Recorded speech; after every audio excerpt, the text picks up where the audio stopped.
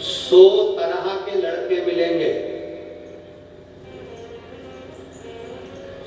पढ़ाई करोगी, स्कूल जाओगी, ट्यूशन जाओगी, कॉलेज जाओगी, नौकरी करने जाओगी, 100 लड़के मिलेंगे, परंतु वो 100 लड़कों के साथ 100 साल की जिंदगी सही नहीं जी सकते। जो तुम्हारे पापा ढूंढ कर लाएंगे उसके साथ 100 साल की जिंदगी सही जी सकते। जो तुम्हारे पापा ढूंढ कर लेकर आएंगे अपनी बेटी के लिए, कोई पिता कोई हल्का फुल्का ढूंढ कर नहीं लाएगा तो एक श्रेष्ठ लड़का ढूंढ कर लाएगा कि मेरी बेटी के अनुकूल में गई। और बड़ी विडंबना का समय चल रहा है। आज के जमाने में लड़के ना जाने कौन कौन से धर्म के कैसे कैसे आते हैं, घुड़ गाड़ी लेकर आएंगे। उनकी खुद की गाड़ी भी नहीं रहती, वो तो सुधरने आई थी। 10 रुपए का डीजल पेट्रोल डला के तुमको शान दिखाएंगे, थोड़ी बॉडी शॉडी दिखाकर, और तुम्हें अपना बनाएंगे।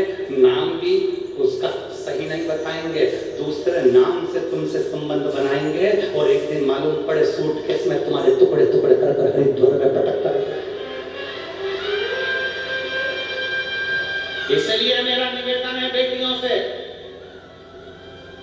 आपका पिता आपकी माँ आपके लिए कभी गलत नहीं सोचेगा। आपका बाप, आपकी माँ, आपकी महतारी, आपकी मैया, आपका पिता आपके लिए कभी गलत नहीं सोचेंगे। सारे निर्णय आप लो, और आपकी शादी का निर्णय आपके माँ बाप के ऊपर छोड़ दो। सारे निर्णय आप लो, पर आपकी शादी का निर्णय आपके माँ बाप पर छोड़ दो। वो माता पिता तुम्हारे लिए गलत नहीं सोचेंगे, अच्छा सोचेंगे। दोस्ती किसी से भी हो, ये धर्मगुप्त की दोस्ती थी, गलत जगह संकट में पड़ गया। एक दिन का गलत भोजन ग्रहण कर लिया उस धर्मगुप्त ने एक दिन का गलत भोजन ग्रहण कर लिया, मालूम पड़े रीछ के साथ धोखा कर दिया। जरा विचार करिएगा, गलत अन्न, गलत स्थान, गलत जगह हमको बर्बाद कर देती है। बहुत ध्यान देना, सब्जी के ठेले पर मक्खी बैठती है ना, उसकी कोई कीमत नहीं होती। सब्जी तोल रही है, उस पर मक्खी बैठ गई, उसकी कोई कीमत नहीं है। किराना तोल रहा है, किराने पर मक्खी बैठ गई, उसकी कोई कीमत नहीं है। शक्कर पर मक्खी बैठ गई, उसकी कोई कीमत नहीं है। गंदे भोजन पर मक्खी बैठ गई, उसकी कोई कीमत नहीं है। पर वही मक्खी जब सोना तुल रहा हो और सुनार की दुकान में कांटे के ऊपर जाकर बैठ जाए तो मक्खी भी 5000 की हो जाए। सब्जी पर मक्खी बैठी, उसकी कोई कीमत नहीं है। किराने पर मक्खी बैठी, उसकी कोई कीमत नहीं है। पर वो मक्खी जब सोने के कांटे पर जाकर बैठ जाती है, सुनार की दुकान पर जाकर बैठ जाती है, और सोना तुल रहा हो, उस सुनार के उस पलड़े पर जाकर बैठ जाती है, तो मक्खी की कीमत हो जाती है। उसी तरह तुम इधर उधर फालतू जगह बैठोगे तो तुम्हारी कीमत नहीं होगी, पर तुम शिव के चरणों में जाकर बैठोगे तो तुम्हारी कीमत श्रेष्ठ होगी। इतने सारे बैठे हैं, इन्होंने टाकीज में कभी फोन नहीं लगाया होगा कि हमको सीट दिला दो, पर कथा में बैठने के लिए अच्छे से अच्छे सूरमा को फोन लगाना पड़ता है कि मुझे कथा में बैठा दो।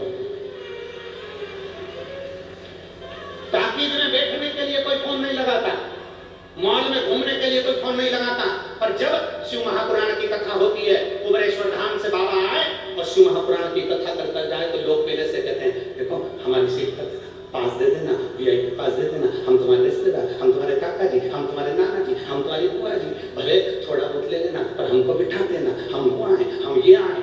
जरा विचार करो, विचार करिएगा जरा। टॉकीज के लिए किसी ने फोन नहीं लगाया, मॉल के लिए किसी ने फोन नहीं लगाया, अच्छे अच्छे पद कहीं पर भी चल जाओ, कभी सम्मेलन में आदि जगह पर चले जाओ, उसके लिए कोई फोन नहीं आएगा। पर शिव महापुराण की कथा जब अपने क्षेत्र में होती है और सूचना मिल जाती कथा हो रही है, तो पूरे अमलेश्वर वालों के पास फोन आते हैं, हम तुम्हारे रिश्तेदार, हम आएंगे, हमारी आगे व्यवस्था कर देना। खंडेलवाल जी से पहचान है कि नहीं, तुम्हारी साहू जी से पहचान है कि नहीं तुम्हारी, हो हमको बिठा देना, आगे बिठा देना, हमको बिठा देना। सबसे बड़ा टेंशन है शंकर जी के चरणों में बैठना, बड़ा बारी का, हमें बिठा देना, बस इतनी कृपा कर।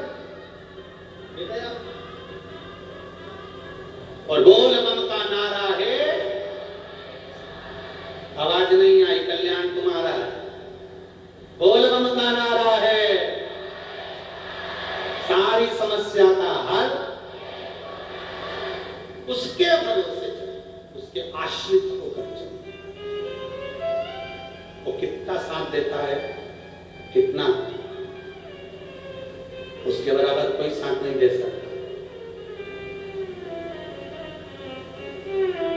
हम पहले भी कहे हैं, 1 बजे कथा चालू होती है, 1 बजे के पहले का टेम्परेचर आपके पंडाल का देखना, और 1 बजे से जब कथा सुनने बैठ जाओ तब सूर्य देवता की धीरे धीरे हल्की हल्की छांव, फिर धूप, फिर छांव, फिर धूप, धीरे धीरे आपको सहलाते रहते हैं और आपको कथा सुनाते रहते हैं। ये उसकी दया, ये उसकी दया, उसकी करुणा। और मेरे भोले तेरा सहारे, ये उसके आशिक हुई एक पत्र दे।